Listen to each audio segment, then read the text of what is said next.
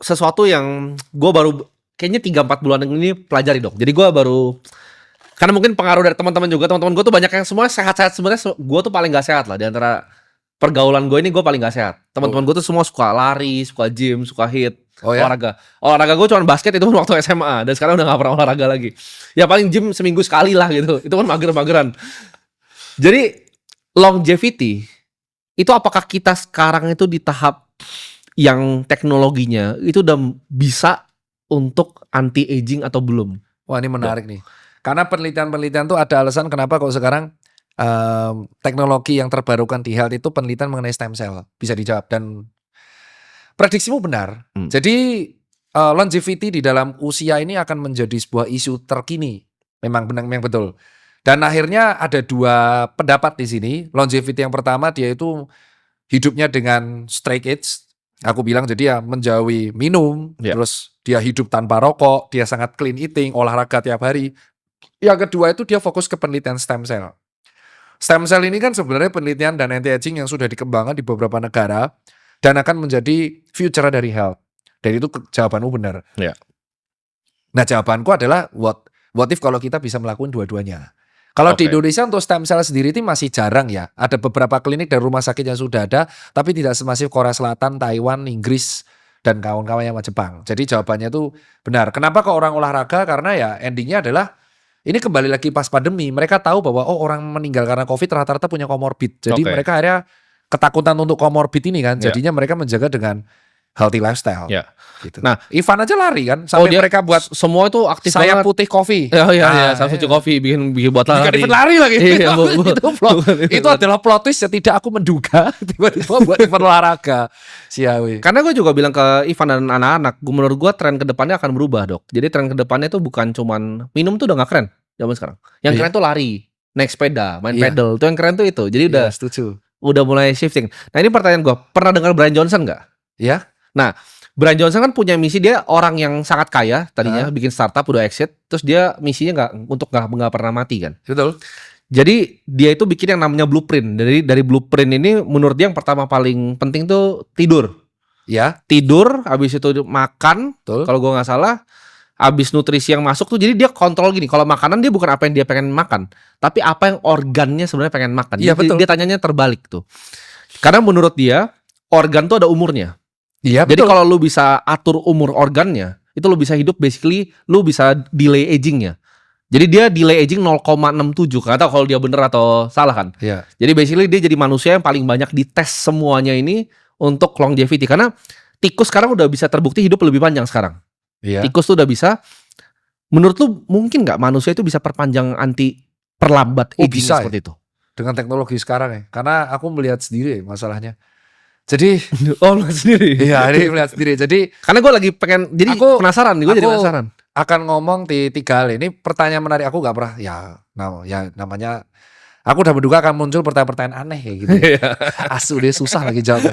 Jadi itu jawaban benar banget sih Brian tuh. Jadi dia bilang kan kalau gak salah, yang terakhir tuh stres. Jadi jadi harus punya keluarga ya, jadi teman-teman. Keluarga atau teman. Jadi dia bilang yang pertama tuh tidur. Betul. Tidur itu adalah saat si organ itu recovery. Makanya kan aku selalu bilang, orang yang shift malam itu udah 1 langkah di belakang orang lain. Aku kan bilang gitu saat itu, bahwa orang yang shift malam, kerja di waktu malam, shift malam, itu kita udah 1 langkah di belakang orang yang bisa tidur saat malam. Karena ketika malam, recovery organ kita itu maksimal. Jadi ibaratnya kalau recharge dia maksimal. Recovery saat siang tuh bener, tapi nggak semaksimal malam. Dia bilang yang kedua, makan yang dibutuhkan oleh tubuh. Itu yang dikeluarin sama orang. Lu bisnis apa paling laku di Indonesia? Makanan manis kan? Pasti. Minuman manis kan? Ya, itu racun kan? Itu memperpendek umur. Karena kita tuh sudah makan gula dari nasi, terus kau tambahin sama minuman manis. Tapi faktanya orang Indonesia, es teh jumbo sama kopi susu gula aren itu adalah 2 minuman yang paling laris di Indonesia. Tapi gue bingung, itu kopi susu gula aren tuh apa sih yang diminum itu? Gue jujur ya, kalau kopinya nggak americano gue nggak bisa. Kopi kasih gula. Iya, gue nggak bisa. Gulanya tuh double rasanya. Jadi gulanya dari susu laktos itu udah 8 gram sama gula tambahan. Bukan yang nggak enak kayak susu. Kopi kan harusnya rasanya bukan pakai gula. Orang Indonesia tuh suka manis. Makanya pas aku lihat industri apapun yang di Indonesia laku, yang kaya tuh pasti es teh manis. Pantes Dok, gue tuh kadang ke kafe ya, yang biasa gue nggak datengin. Gue minta kan es americano, pakai gula Pak. Hah? Gue kayak lu sekolah di mana barista lu pakai gula es Karena americano. memang akhirnya dia kenapa tanya kayak gitu? Karena orang Indonesia Banyak tuh berarti yang begitu ya. Wah, banyak banget. Oh ini gue baru tahu nih. Gula itu bisnis gula sama garam. Jadi orang Indo tuh kalau nggak ada rasa mereka tuh nggak mau. Oke. Dan aku tuh confirm ke teman-teman yang kuliah di luar negeri, mereka tuh makanan awalnya tuh hambar dan garam tuh suruh nambah sendiri aja dan bisa request. Nah itu yang nomor 2 ya. Jadi Ya. terus yang nomor 3 itu bener banget dia bilang stres. Ya. Terus yang keempat tuh kalau bisa olahraga. Nah Ya. tapi ada yang kelima nih. 5 tuh teknologi dan aku ngeliat, aduh nih ribet lagi ngomongnya. Aku nggak bisa sebut namanya, tapi kalau off the Ya. record bisa. Ada seorang pengusaha klinik dermatologis ternama di Indonesia, gede banget kliniknya, dan aku kenal. Dia itu kulitnya sangat muda, coy. Oh. Umurnya udah mau kepala 6. Tapi kulitnya itu, Jadi dia berhasil anti agingin kulitnya. iya bro. Jadi ini berarti pengusaha kaya raya banget. Tapi silent ya, silent rich. Jadi dia ngusaha klinik dermatologis. Setiap kali aku meeting sama dia suami istri. Istrinya tuh kayak gadis umur 20 tahun, Pak, kulitnya. Oh. Padahal udah mau kepala 5. Sementara suaminya sehat banget kulitnya. Oke. Pas aku tanya, ini gimana coy tipsnya? Saya nggak pernah olahraga, Dok. Asu, aku ditantang. Dia juga dokter gitu. Tirta aku nggak pernah olahraga gitu. Nah, jarang malahan. Kamu nggak usah ngoyo-ngoyo, nggak usah maksa-maksa, nanti mati loh. Lah Pak dokter gimana nih bisa halus gini kulitnya? Ya. Ya dia memanfaatkan teknologi yang sudah ada. Jadi Oke. dia meneliti, dia jadi probandus penelitiannya. Iya itu kayak Brian Johnson persis berarti. Persis kayak gitu. Nah, orang yang begini tuh udah mulai banyak. Jeff Bezos salah satunya. Lah ini di Indonesia banyak. Lah itu, Oh. dua itu partnerku. Aku melihat sendiri di depan mata. Kuliah itu bagus banget. Literally bagus banget. Iya. Aku ini perawatan apa ya? Ya ini dok. Lah jadi dokter ya aku jadi subjeknya. Ya. Dan ternyata bagus. Wah buset. Nah dari situ aku melihat diskus sama teman-temanku dermatologis, sama teman-teman dermatolog SPDV yang kritis. Ya.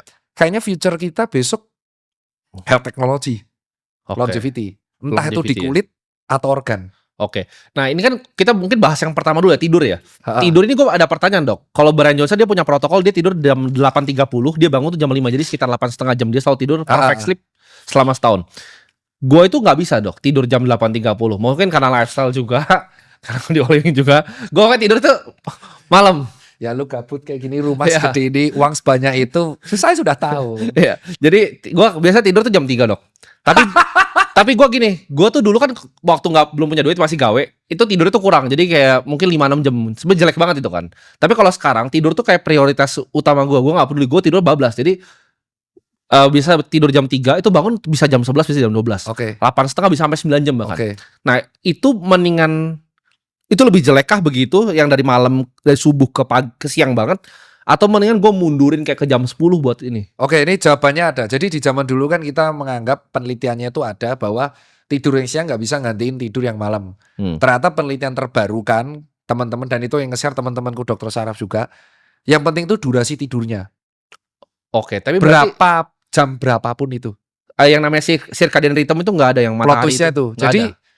kalaupun kamu nggak bisa tidur malam, mungkin recovery-mu tidak akan maksimal. Tetapi kalau kamu tidurnya tetap dengan maksimal di jam yang lain, Ya. itu akan bisa membantu kerusakan sel. Oke, jadi masih oke juga Masih kalau oke. tidurnya lama tuh masih Iya, oke jadi juga. akhirnya kita merevisi edukasi kita dan namanya ilmu ya, bahwa yang penting sekarang bukan jam tidur ya, tapi durasi tidurnya. Tidur Oke. berkualitasnya. Let's say gini, kamu tidur bisanya 5 jam. Tapi dalam 5 jam itu kamu sangat berkualitas. Bener-bener tidur glek, terus bisa bangun. Itu akan lebih maksimal daripada kamu tidur 8 jam tapi bangun tidur. Kan ada orang gitu. Oh. Tidurnya 8 jam tapi 2 jam sekali bangun. Terus tidur lagi bangun. Nah itu justru lebih maksimal yang dia 5 jam. Daripada yang dia 8 jam tapi tiap 2 jam tuh siklus bangun. Oke. Berarti dia nggak bisa masuk deep sleep. Ternyata yang penting itu durasi dan kualitas tidur. Bukan jam tidurnya, Oke. bukan jam berapa, bukan lama tidurnya. Nah orang tahu dulu kan taunya tidur harus malam dan lama. Enggak, bukan lama, tapi kualitas tidur dan durasi tidurnya. Itu yang Oke. aku agak beda sama Brian. Karena dia kan bilang harus saklek di jam 8, bangun jam 5, 8 Iya. jam. Kalau di kita tuh malah penelitiannya durasi tidurnya asal maksimal, mau tuh 3 jam, 5 jam, dan itu jam berapapun, asal kau tidur maksimal dan tidur itu aman. Oke, asal tidur dan aman. Nah, Yang nggak bahaya tuh misalkan 24 jam kamu nggak tidur, Ya. terus kerja lagi. Oh itu habis tuh. Oke. Kita mungkin ke yang makanan ya, karena ini juga sesuatu yang lagi gue coba benahin nih. Karena gue makan tuh gue tidur dulu hancur, makan hancur, gue semuanya hancur lah. Kesehatan gue hancur. Kalau gue nggak mungkin bisa ikutin Brian Johnson, itu kan ekstrim, itu ekstrim case. Gue nggak mungkin. Gue makan makanan dia pasti muntah gitu. Makanan itu kayak gimana sih yang paling efisien? Karena ada yang ngomong carnivore, ada yang paleo, Semua ya. ada paleo tuh yang makanan 1000 tahun lalu. Jadi kayak kalau jus jeruk tuh nggak boleh diminum.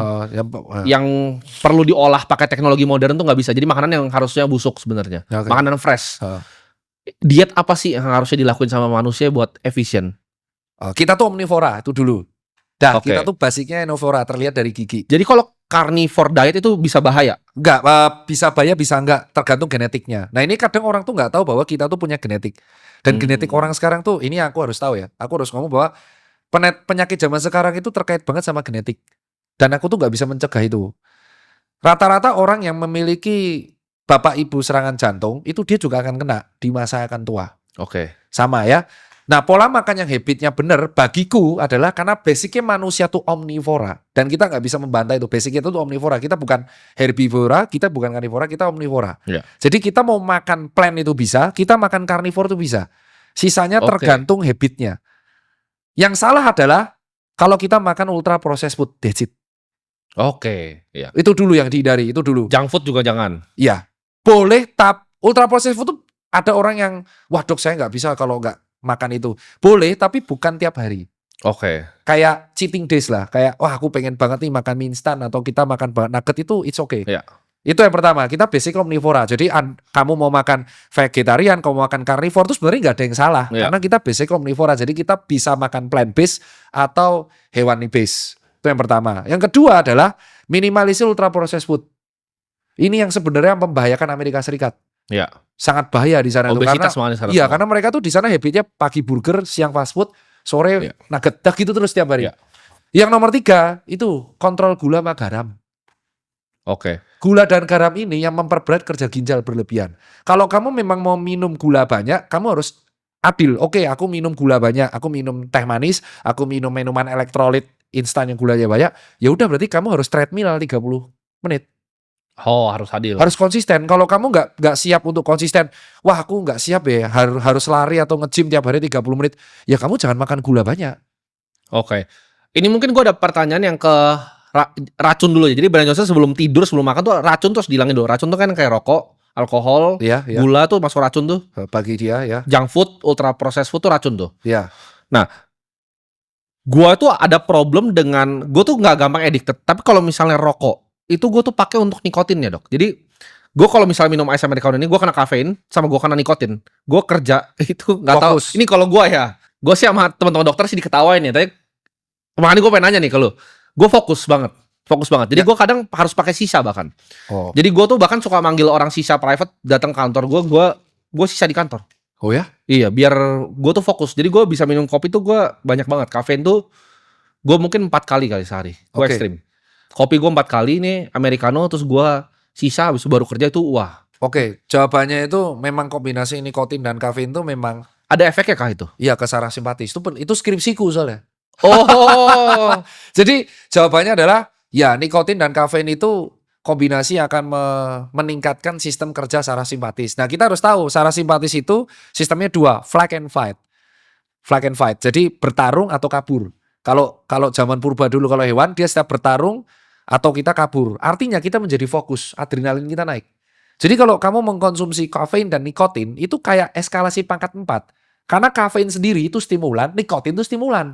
Kau campur dua-duanya, maka kau akan ngerasa fokus. Dan itu benar. Dan sekali kamu sudah bisa fokus, kamu akan addicted. Karena ini gue addicted sama fokusnya. Nah, skripsinya kedua adalah ternyata orang yang mengkonsumsi kopi terus-terusan, dia akan toleran saraf simpatisnya. Awal mulanya dengan 3 espresso, aku bisa flag and fight. Iya. Lama-lama nanti 3,5, 4,5 dosis, 5 dosis, 6 dosis. Makanya kamu kalau nggak ada kafein dan nikotin itu sulit. Iya, gue nggak bisa, jujur ya, gue nggak ngopi nih nggak bisa kerja. Itu, bisa kerja. Apalagi kalau ngopi dicampur sama nikotin, itu berat.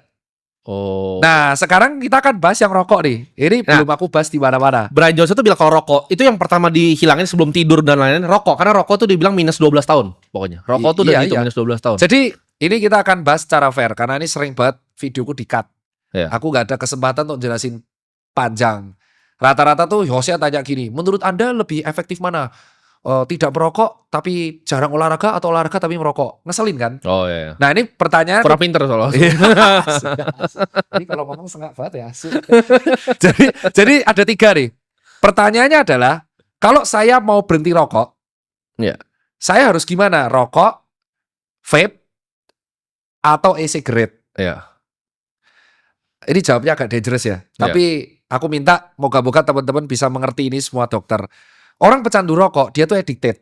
Dia akan addicted sama efeknya nikotin. Karena nikotinnya itu memang nyandu untuk fokusnya. Jadi dia tuh bisa teng gitu, bisa kayak, ya karena nikotin itu kayak kafein.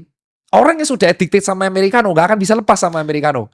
That's it. Ini boleh gua tanya lagi ya di tengah-tengah ini, karena ini menurut gua ada yang gue